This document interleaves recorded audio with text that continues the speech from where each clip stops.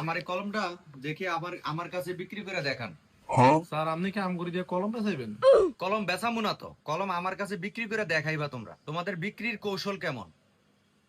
Sir আসলে আমাদের এই কলমটা অনেক ভালো কোম্পানির একটা কলম, কালি অনেক বেশি থাকে, লেখা অনেক ক্লিয়ার হয়। अच्छा। আর এটা আমি 10 টাকা করে সেল করি, তবে আপনার জন্য 5 টাকা। স্যার নেন। না, আমার তো কলম আছে, আমি কলম কেন নেব? তাইলে স্যার স্যার আমি একটু কই দেন, কলমটা দেন। স্যার এটা হলো একটা মাল। আপনার হাতে যদি কোনো গুটির বেলামা থাকে লিখতে পারবেন, কোনো ব্যথা করবে না। আর যদি স্যার আপনার কোনো দাঁতে ব্যথা থাকে, এটা দিয়ে খোঁচে খুঁচে আপনি ব্যথা দূর করতে পারবেন। একের মধ্যে 10 ছাড়।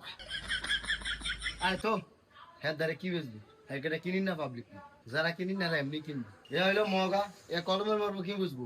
এ কিনবো বিড়ি, বিড়ি বুড়ি খাইবো, এরা কলম চিনে নি মূর্খ কোনার। এই এই তুমি কারে কি কইলা? তোরে কি কমু? তুই কলমের মর্ম বুঝাস? মূর্খ কোনার বেটা, শিক্ষিত মানুষ তো কলমই কিনবো। আবার তুমি কার লগে বেয়াদবি করতাছো? চিনো এটা কার অফিস?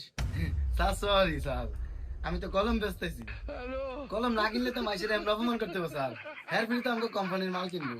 আল্লাহ বুঝেন, আপনার মধ্যে এমন গাড়ি কাস্টমার থাকলে কলম বেচন যাবে না স্যার। তুমি আমার লগে ফাজলামি কইরা তুমি আমার থেকে কলম বেচতে আইছো? হ্যাঁ, তোমার সেলস এর কোয়ালিটি আমার পছন্দ হয় না। আচ্ছা আপন, তুমি কেমনে বেচবা? কলমটা আনতো।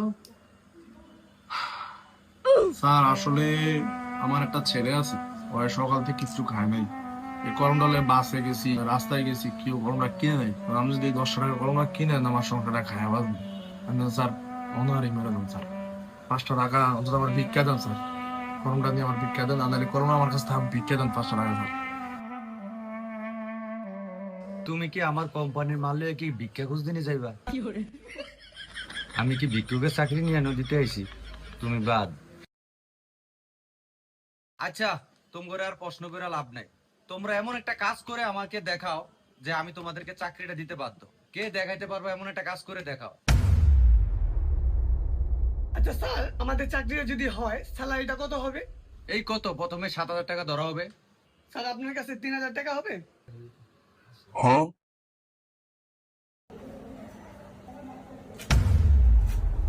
পরের মাসের স্যালারি থেকে কেটে নিন।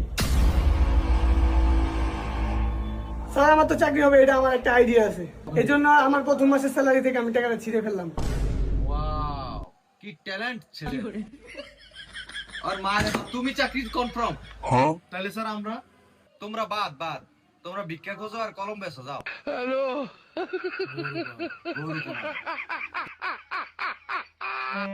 তো বন্ধুরা, চাকরির ইন্টারভিউ দিতে গেলে কেউ ভিক্ষা খুঁজবেন না বন্ধুরা। আর হ্যাঁ